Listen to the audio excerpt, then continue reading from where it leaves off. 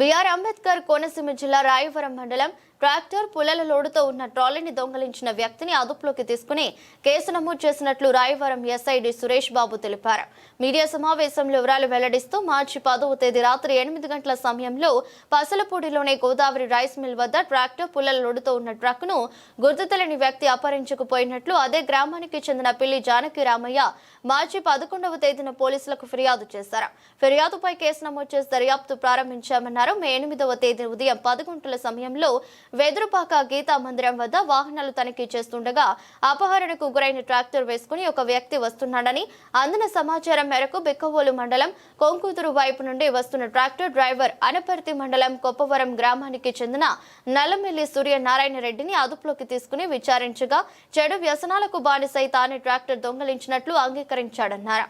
అతని వద్ద నుండి ట్రక్కును స్వాధీనం చేసుకుని సూర్యనారాయణ రెడ్డిపై కేసు నమోదు చేసి అనపర్తి కోర్టులో హాజరుపరచనున్నట్లు ఎస్ఐ తెలిపారు.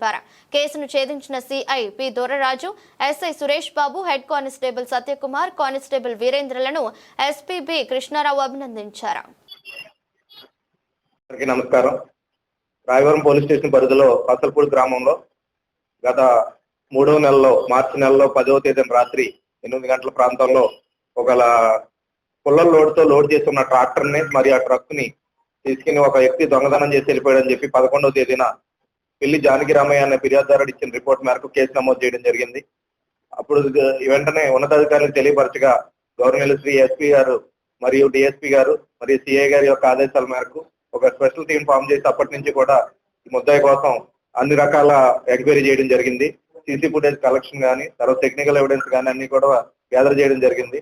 త్రూ టెక్నికల్ ఎవిడెన్స్ ద్వారా ఈ రోజు ఉదయం 10 గంటల ప్రాంతంలో వెదురుపాక గీతా మందిరం దగ్గరలో ఒక వ్యక్తి ట్రాక్టర్ వేసుకుని అది ఏదైతే దొంగతనం కాబడిందో ఆ ట్రాక్టర్ మీద ఆ వ్యక్తి వస్తున్నట్లుగా సమాచారం మేరకు అక్కడికి మధ్యవర్తుల సమక్షంలో వెళ్ళి అక్కడ అరెస్ట్ చేయడం జరిగింది. ఆ వ్యక్తి పేరు నల్లమిల్లి సూర్యనారాయణ రెడ్డి, కొప్పవరం గ్రామంగా తెలియజేయడం జరిగింది. ఈ సందర్భంగా ప్రజలందరికీ తెలియజేయండి ఏమంటే, ప్రతి ఒక్కరికి కూడా కొంచెం అందరూ ప్రజలు కొద్ది ఇంట్రెస్ట్ పెట్టుకుని ప్రతి ఒక్కరు కూడా సీసీ ఫుటేజ్ ఏర్పాటు చేసుకోమని చెప్పి ఈ సందర్భంగా తెలియపరుస్తున్నాం. సీసీ కెమెరాల ఎవిడెన్స్ అది లేకపోవడం వల్ల ఈ డిటెక్షన్ ఏదైతే క్రైమ్ జరిగిన తర్వాత దాన్ని డిటెక్షన్ చేయడానికి ఎక్కువ సమయం పడుతుంది.